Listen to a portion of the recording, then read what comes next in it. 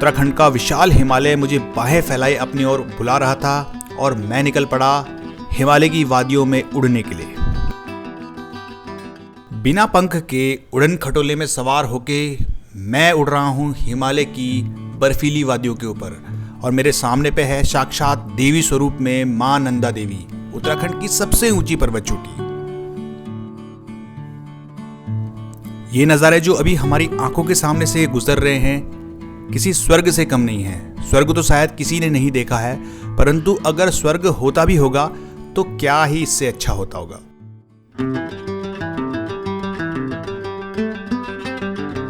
नमस्कार दर्शकों, मेरा नाम है संजय डबराल और मैं कर रहा हूं यात्रा उत्तराखंड के स्वर्ग कही जाने वाली जगह औली की। उत्तर भारत में सर्दियों में कोहरे की घुप चादर फैली रहती है। इसी चादर को चीरता हुआ मैं सुबह 5 बजे निकल पड़ा औली के पथ पर। हरिद्वार पहुंचते पहुंचते आसमान में थोड़ा उजाला तो जरूर हो गया था, परंतु कोहरा था जो छटने का नाम ही नहीं ले रहा था। कोहरे की चादर में कब हरिद्वार गुजरा और हम ऋषिकेश में प्रवेश कर गए पता ही नहीं चला। अगर हम यात्रा के रूट मैप की बात करें तो हमें हरिद्वार से ऋषिकेश, देवप्रयाग, रुद्रप्रयाग, कर्णप्रयाग, नंदप्रयाग होते हुए जोशीमठ पहुंचना था। औली जोशीमठ से 10 किलोमीटर की दूरी पर ही है। हरिद्वार से जोशीमठ की दूरी लगभग 275 किलोमीटर है और सबसे खास बात यह है कि इस रास्ते में आपको पंच प्रयागों में से 4 प्रयागों के दर्शन हो जाते हैं। देखते ही देखते हम ऋषिकेश के उस फेमस डाइवर्जन पॉइंट पे आ गए जहां से हमें 2 राहों में से एक राह चुननी पड़ती है। मेरे लेफ्ट और जो रास्ता जा रहा है वो जा रहा है गंगोत्री यमुनोत्री के लिए, जबकि दाहिनी ओर का रास्ता जा रहा है केदारनाथ और बद्रीनाथ का। तो आज मुझे इसी रास्ते के ऊपर चलना था। दोस्तों, चाहे पर्वतीय क्षेत्र की यात्रा हो या फिर मैदानों की, अगर आप कोई भी यात्रा को एंजॉय करना चाहते हैं, उसको यादगार बनाना चाहते हैं, तो आपको स्लो ट्रैवलिंग करनी चाहिए। आपको कोशिश करना चाहिए कि हर पॉइंट पे रुके, देखें, वहाँ की हवा पानी को महसूस करें। अगर आप इस तरीके से यात्रा पसंद करते हैं तो ये चैनल नेचर और हिमालय आपके लिए ही बना है। मेरे इस चैनल पर दिए गए कंटेंट, चाहे फिर वो हिमालय से जुड़े हो या फिर प्रकृति से जुड़े हों, मैं उनको विस्तार से और डिटेल फॉर्म में आपके सामने प्रस्तुत करता हूँ। अगर आपको मेरे ये कंटेंट पसंद आते हैं और आप चैनल में रुचि लेते हैं तो मैं आपसे अनुरोध करूँगा कि चैनल को सब्सक्राइब करना ना भूलिए, साथ साथ बेल आइकन प्रेस ज़रूर करें। तो दोस्तों, आइए इसी क्रम में ऋषिकेश से आगे की यात्रा प्रारंभ करते हैं। ऋषिकेश शहर पीछे छूट गया था और हम पहाड़ी रास्तों पे आगे अग्रसर हो रहे थे। कोहरा धीरे धीरे छटने लगा था और सूर्य देव के दर्शन होने लगे थे। हमारे दाहिनी ओर गंगा बह रही थी। गंगा जहां पहाड़ों की यात्रा समाप्त करके मैदानों की यात्रा प्रारंभ करती है, वहीं हम इसका उल्टा मैदानों से पहाड़ों की ओर आगे अग्रसर हो रहे थे। जैसे हम और ऊंचाई पर पहुंचे तो कोहरा पूरी तरह छट गया। हमने गाड़ी रोककर नीचे गंगा के दर्शन किए। कोई अतिशयोक्ति नहीं होगी अगर मैं कहूं कि सर्दियों के मौसम में धूप की रोशनी में गंगा जल बिल्कुल मणि के समान दमक रहा था। दोस्तों, गंगा भारत की सबसे पवित्र और सबसे लंबी नदी का उद्गम होता है गंगोत्री ग्लेशियर के गौमुख नामक स्थान से। मैंने गंगोत्री से गौमुख तक की पैदल यात्रा करी है, जिसको मैंने एक विस्तार से डॉक्यूमेंट्री में कवर किया है 3 पार्ट्स में। इच्छुक दर्शक वो डॉक्यूमेंट्री भी जरूर देख सकते हैं। मित्रों, थोड़ी देर में ही हम पहुंच गए अपने प्रथम प्रयाग देवप्रयाग में, जहां की अलकनंदा का संगम होता है भागीरथी के साथ में और जन्म होता है पतित पावनी गंगा का। ये है भागीरथी नदी, जिसका की उद्गम होता है गंगोत्री ग्लेशियर से और देवप्रयाग में ये मिलती है अलकनंदा के साथ में। यह है अलकनंदा, जिसका उद्गम होता है बद्रीनाथ के ऊपर स्थित सतोपंत ग्लेशियर से। प्रयाग यानी कि 2 नदियों का संगम, अलकनंदा और भागीरथी नदी का ये संगम कहलाता है देवप्रयाग और यहाँ से जन्म होता है गंगा का। और यही गंगा पश्चिम बंगाल में हुगली और बांग्लादेश में पद्मा के नाम से विख्यात है। देवप्रयाग से आगे हम बढ़ चले श्रीनगर की ओर। श्रीनगर से 15 किलोमीटर की दूरी पर स्थित है मां धारी देवी का प्रसिद्ध मंदिर। पुराने समय में ये मंदिर अलकनंदा नदी के तट पर हुआ करता था, परंतु श्रीनगर में डैम बनने के कारण एक झील का निर्माण हो गया और इस मंदिर को एलिवेट करके प्लेटफॉर्म के ऊपर रख दिया गया, आजकल ये मंदिर आप बिल्कुल अलकनंदा के बीचों बीच पाते हैं। आप जब भी यहाँ से गुजरे तो आपको इस मंदिर के दर्शन भी अवश्य करने चाहिए। अलकनंदा के साथ साथ आगे बढ़ते हुए और उत्तराखंड की हरी भरी वादियों का लुत्फ लेते हुए हम पहुंच जाते हैं रुद्रप्रयाग। रुद्रप्रयाग में अलकनंदा का संगम होता है मंदाकिनी के साथ में। अलकनंदा जो कि सतोपन से आ रही है और मंदाकिनी जो कि भगवान शिव के चरणों यानी केदारनाथ के पास स्थित चोराबाड़ी ग्लेशियर से आ रही है। अलकनंदा और मंदाकिनी के पवित्र संगम को प्रणाम करके मैं बढ़ चला आगे की यात्रा के लिए। रुद्रप्रयाग के बाद में अगला जो प्रयाग पड़ता है वो है कर्णप्रयाग, अलकनंदा और पिंडर का संगम, और उसके पश्चात पड़ता है नंदप्रयाग, अलकनंदा और मंदाकिनी का संगम। शाम होने को आई थी और सूरज की सुनहरी किरणें हम पर्वतों पे पड़ती हुई देख रहे थे। चमोली अभी काफी दूर था और जोशीमठ तो उससे भी आगे था।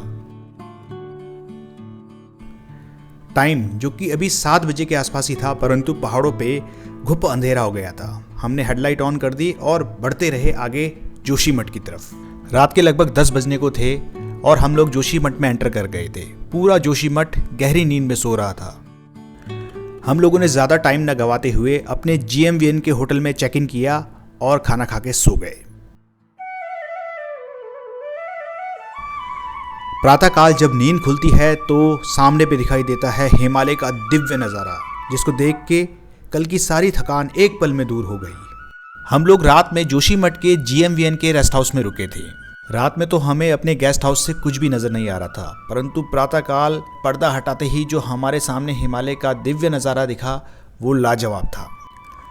हल्का फुल्का नाश्ता करने के बाद में हम लोग निकल पड़े श्री बद्री विशाल के शीतकालीन गद्दी निवास यानी नरसिंह भगवान के दर्शन के लिए। 6 महीनों के लिए जब बद्रीनाथ के कपाट बंद रहते हैं तो बद्री विशाल की शीतकालीन गद्दी यानी उनका निवास स्थान इसी स्थान पर होता है। श्री बद्रीनाथ के दर्शन के पश्चात हम लोग निकल पड़े जोशीमठ से औली की यात्रा पर, जो कि हमें रोपवे की मदद से तय करनी थी। इसके लिए आपको पे करना पड़ता है 1000 रुपये पर पर्सन और आपको एक वेटिंग रूम में भेज दिया जाता है जहां पे आपको अपनी बारी का वेट करना पड़ता है। जोशीमठ औली रोपवे भारत का सबसे लंबा रोपवे है। इसकी लंबाई लगभग 4 किलोमीटर है और ये 10 टावरों के ऊपर बना हुआ है। आपको बोर्डिंग पॉइंट से चढ़ने और डी बोर्डिंग पॉइंट में उतरने तक लगभग आधे घंटे का समय लगता है और आप इस पूरी यात्रा में 1 किलोमीटर का एलिवेशन गेन कर लेते हैं। जल्दी से बोर्डिंग कंप्लीट करके हम लोग भी सवार हो गए जोशीमठ औली रोपवे में। जोशीमठ शहर पीछे छूट रहा था और हम धीरे धीरे हाइट गेन कर रहे थे। वैसे तो ठंड बहुत ज़्यादा थी, परंतु चटक धूप खिली हुई थी और आसमान भी साफ था। जोशीमठ शहर के ऊपर हमें कहीं कहीं पर बर्फ़ के पैचेस नज़र आ रहे थे। दूर नीचे हमें जोशीमठ से औली की तरफ आती हुई सड़क और उसमें 1-2 व्हीकल भी नज़र आ रहे थे। ऐसा फील हो रहा था जैसे मानो हम बिना पंख के हवा में उड़ रहे हों।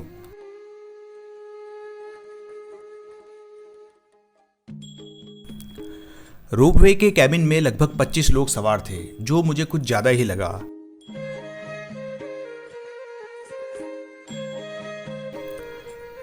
दोस्तों, जैसा कि आप देख पा रहे होंगे और शायद महसूस भी कर पा रहे होंगे, हर सेकंड हमारी आंखों के सामने से इतना खूबसूरत नज़ारे गुजर रहे थे कि जिसको शायद मैं शब्दों में बयान ना कर पाऊं।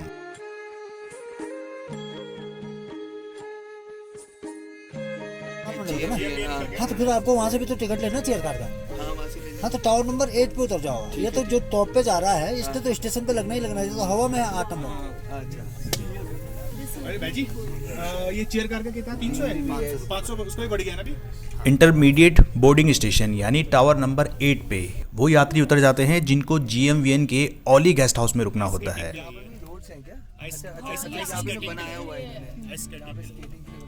अभी यहाँ पे फरवरी में वो होंगे।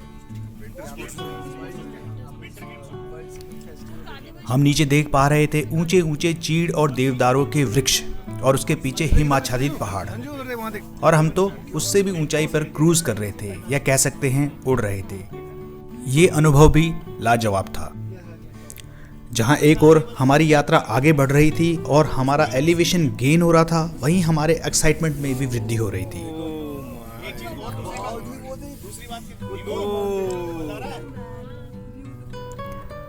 लोग नीचे स्थित ओली रिजॉर्ट को देख के बहुत ज़्यादा एक्साइटेड हो रहे थे और उसकी ब्यूटी की तारीफ किए जा रहे थे, परंतु मेरी नज़र थी दूर स्थित माँ नंदा देवी के शिखर पर, जिनके दर्शन यहाँ से बिल्कुल साफ साफ हो रहे थे।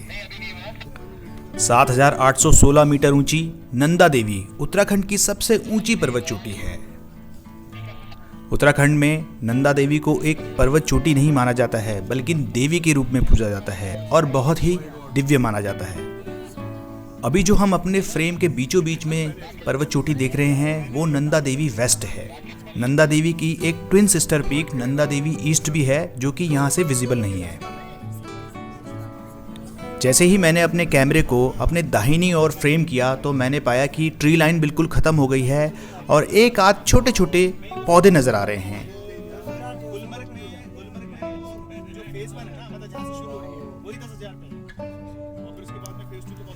बातों ही बातों में हम ओली और गुलमर्ग की कंपैरिजन करने लगे, परंतु दोस्तों दोनों बिल्कुल ही अलग हैं और दोनों की ब्यूटी लाजवाब है। गुलमर्ग की रोपवे सबसे हाईएस्ट रोपवे है, जबकि ओली की रोपवे सबसे लॉन्गेस्ट रोपवे है।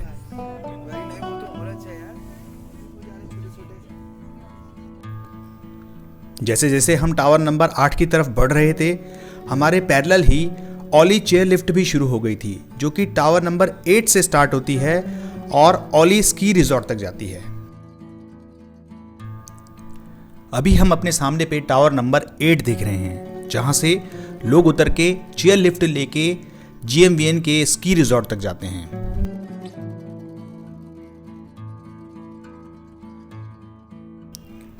और इसके बाद पड़ता है टावर नंबर 9, 10 और फाइनल डी बोर्डिंग स्टेशन। हम लोग बहुत लकी थे क्योंकि डी बोर्डिंग स्टेशन पर उतरते ही हमने पाया कि चारों तरफ खुली चटक धूप खिली है, आसमान बिल्कुल साफ है और हिमालय के नज़ारे तो हमें बोनस में मिल ही रहे थे। हमने लगभग 50 से 100 मीटर का और हाइक किया तो नज़ारे और ज़्यादा अच्छे मिल गए, पर्सपेक्टिव बिल्कुल बदल गया। नंदा देवी के दर्शन यहाँ से भी हो रहे थे और लोग तरह तरह के स्पोर्ट्स एक्टिविटी में एंगेज थे। हम लोगों ने भी कुछ फोटोग्राफी सेशन के बाद में स्कीइंग करने का प्लान बनाया और रेंट पे स्कीइंग ले ली।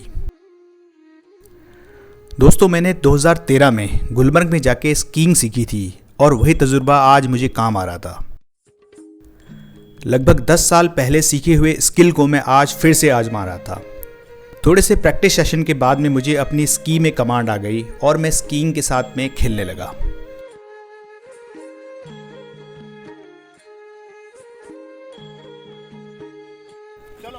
वैसे अगर आपको स्कीइंग के बारे में ABCD ना भी पता हो तो भी आप यहाँ पे स्कीइंग कर सकते हैं। इसके लिए यहाँ पे आपको बहुत से गाइड्स मिल जाएंगे जो कि आपको 1000-2000 रुपए में 1 घंटे के लिए आराम से स्कीइंग सिखाएंगे भी और करवा के भी दिखाएंगे। बहरहाल अगर आपको स्कीइंग आए या ना आए, लेकिन आप स्कीइंग के साथ में फोटोग्राफी ज़रूर करवाएं। और सबसे खास बात, अगर स्नो एरिया में आए हैं तो स्नोमैन बनाए बिना ना जाएं। हमने भी झट से टावर नंबर 10 के सामने पे स्नोमैन बनाना शुरू कर दिया। तो दोस्तों ये थे हमारी ओली यात्रा के कुछ अंश जो मैंने आपके सामने प्रस्तुत किए। अगर आपको मेरी प्रस्तुति पसंद आई है तो वीडियो को लाइक करना ना भूलिए। अगर आप अभी तक मेरे साथ में जुड़े नहीं हैं तो चैनल को सब्सक्राइब करके मेरे साथ जुड़ सकते हैं। अगर आप भविष्य में कभी उत्तराखंड आते हैं तो ओली घूमने भी ज़रूर आइए। दोस्तों मेरा नाम है संजय डबराल और आप देख रहे थे नेचर एंड हिमालय। नेचर और हिमालय से जुड़ी हुई मेरी अन्य प्रस्तुतियाँ देखना ना भूलिए। तब तक अगली वीडियो के लिए मुझे आज्ञा दीजिए। नमस्कार।